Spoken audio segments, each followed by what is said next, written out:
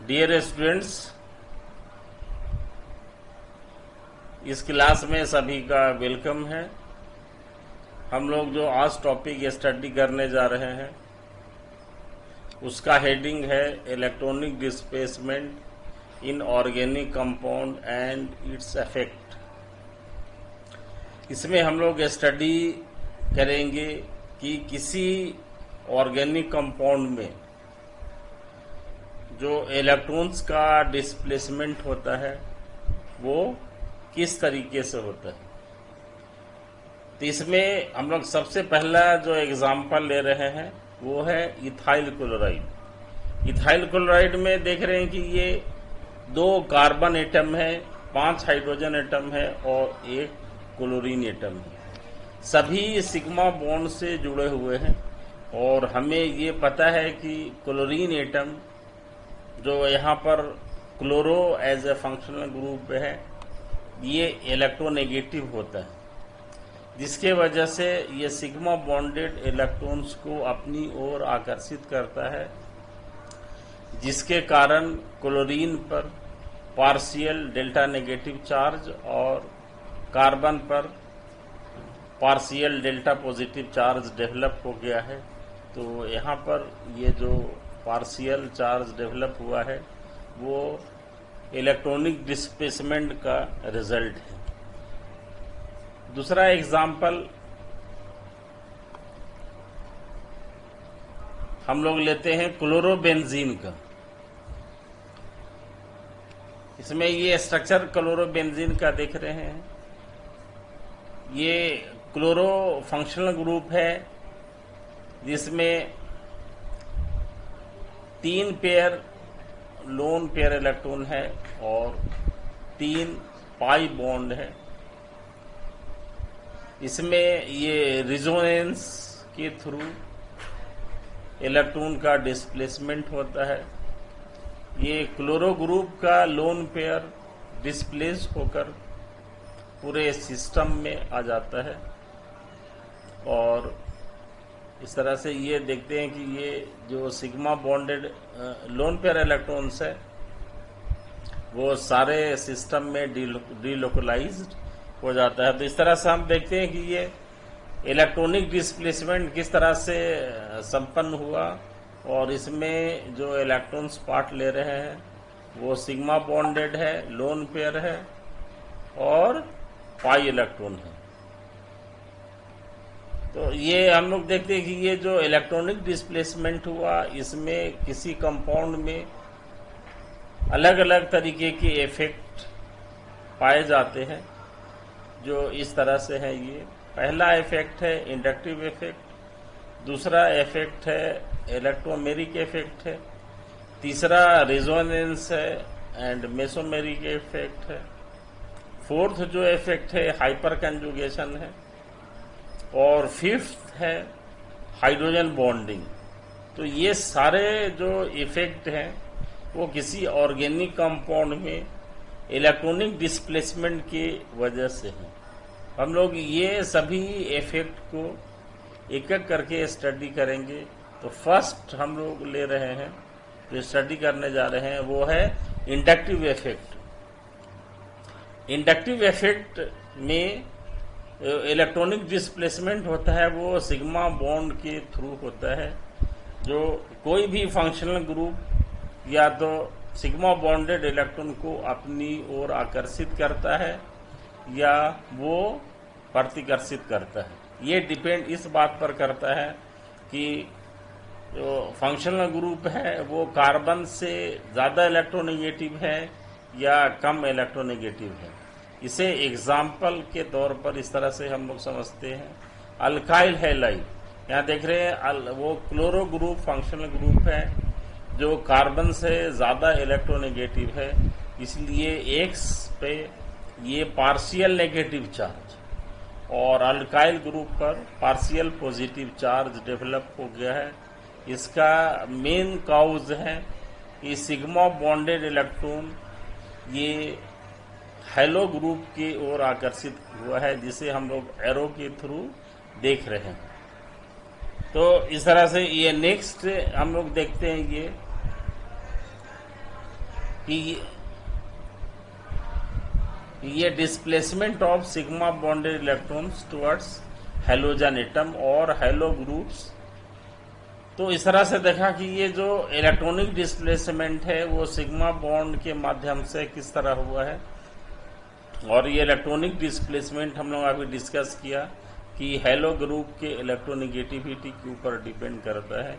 ये देख रहे हैं ये दो तरह के इंडक्टिव इफेक्ट हैं, पहला है माइनस आई इफेक्ट और दूसरा है plus I effect. Minus I effect को हम लोग यहाँ देख रहे हैं, ये एग्जाम्पल से पहले समझते हैं कि एक जनरल स्ट्रक्चर लिया हुआ है जिसमें एक्स जो ग्रुप है वो कार्बन से ज्यादा इलेक्ट्रोनेगेटिव है, इसलिए sigma bonded electrons hello group की ओर आकर्षित हो रहा है, जिसे देख रहे हैं कि ये कार्बन पे partial positive charge, second carbon पर delta delta positive charge and next पर इसी तरह से delta delta delta positive charge develop होगा, और एक्स पे delta negative charge partial delta negative charge develop हुआ है।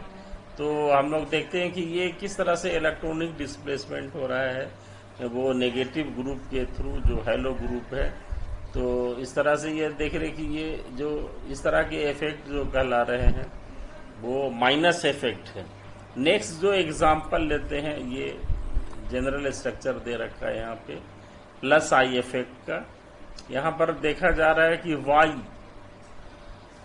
इस पर डेल्टा पॉजिटिव चार्ज है, कार्बन पे डेल्टा नेगेटिव चार्ज है जो पार्शियल है, यानी जो कार्बन जो lone pair electron sigma bonded electrons है उसका डिस्प्लेसमेंट पूरी तरह से नहीं होता है।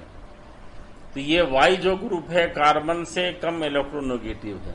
तो ये दो तरह के ग्रुप्स इसमें पाए गए हैं जिसके आधार पर ये प्लस आई इफेक्ट और माइनस इफेक्ट को दिखाया गया है।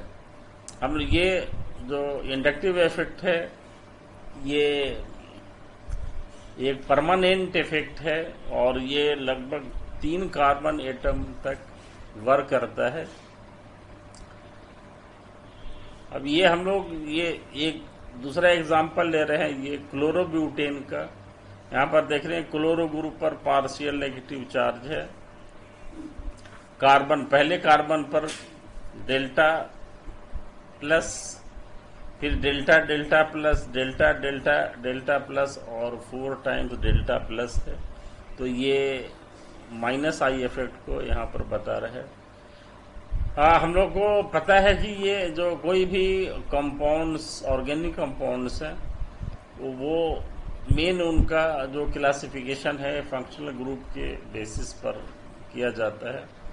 ये तो इसमें जो माइनस आई इफेक्ट वाले जो फंक्शनल ग्रुप हैं उनको डिक्रीजिंग ऑर्डर में इस तरह से दिखाया गया है। सबसे पहले है NR3+, उसी तरह से आगे जाके लास्ट जो ग्रुप है अल्कीन ग्रुप है। तो ये डिक्रीजिंग ऑर्डर में माइनस आई इफेक्ट वाले ग्रुप को दिखाया गया। तो इसे याद रखना जरूरी है, और ये इसलिए कि इसके एप्लीकेशंस को हम लोग फिर एक्सप्लेन कर सकते हैं। दूसरे ग्रुप जो है वो ये प्लस आई इफेक्ट वाले हैं, और इसमें हम लोग ये देखते हैं कि जो मेन इम्पोर्टेंट रोल प्ले करता है वो अल्काइल ग्रुप्स है, ये डिक्रीजिंग ऑर्डर में है इस तरह से। तो ये देख रहे हैं कि ये जो इंडक्टिव इफेक्ट है ये किस तरह से किसी कंपाउंड की प्रॉपर्टी को इफेक्ट करेगा, इसे हम ये देख सकते हैं। बाकी और कहाँ गया? यही तो है बस, और भी तो था यार।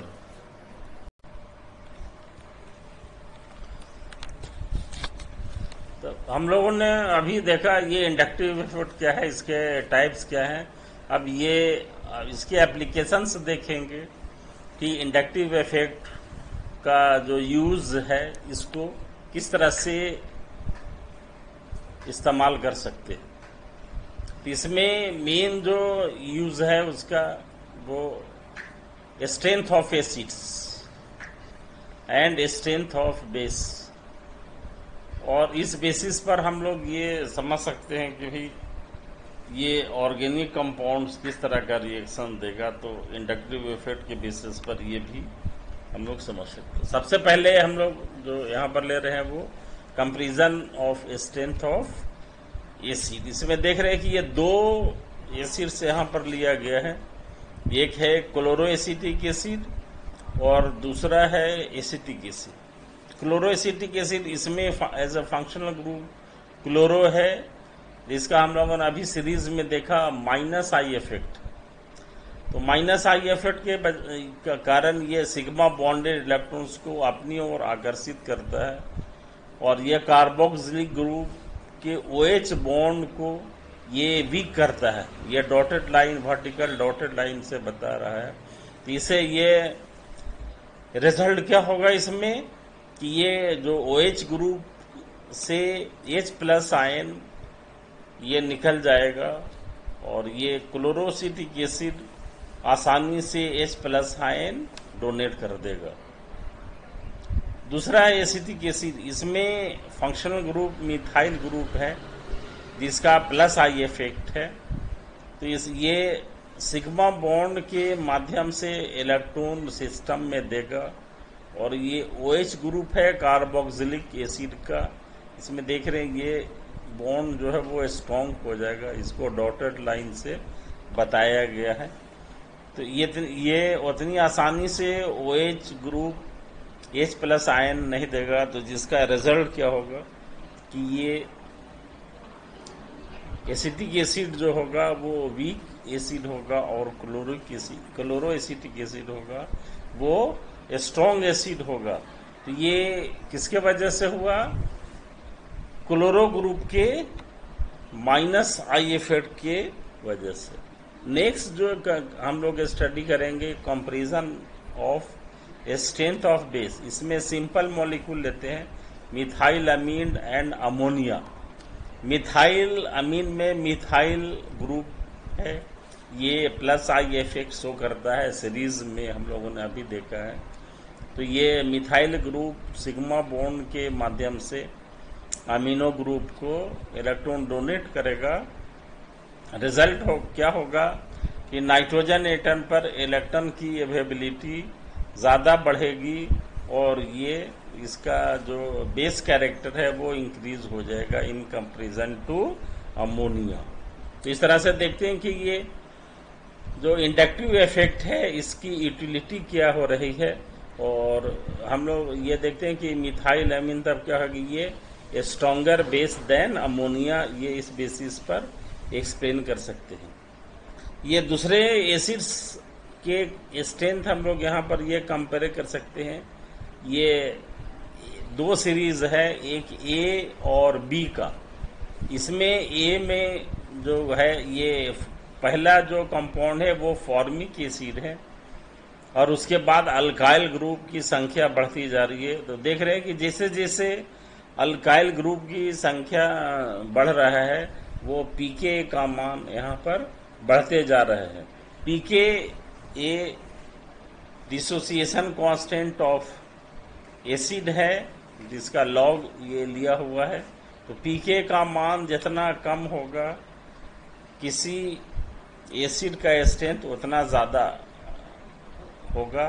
तो ये देख रहे हैं कि जैसे जैसे अल्काइल ग्रुप जिसका +I इफेक्ट है इसका pK का मान बढ़ रहा है, इसका मतलब क्या हुआ, एसिड स्ट्रेंथ बढ़ रहा है। इसका मेन कारण है कि अल्काइल ग्रुप का +I इफेक्ट जो कार्बोक्सिलिक एसिड के H आयन को निकलने में ये कठिनाई पैदा करता है। नेक्स्ट जो हम लोग सीरीज B है, इसमें भी ये कार्बोक्सिलिक एसिड है, पहला बीटानोइक एसिड है।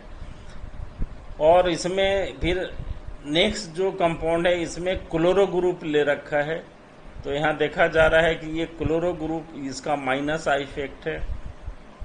जैसे जैसे क्लोरो ग्रुप ये कार्बोक्सिलिक ग्रुप के पास आता है pK का मान कम होते जाता है। ये लास्ट जो स्ट्रक्चर है क्लोरो ग्रुप जस्ट पास में है, इसका pK का मान 2.84 है, जबकि फर्स्ट जो ब्यूटानोइक एसिड है इसका पीके का मान 4.82 है।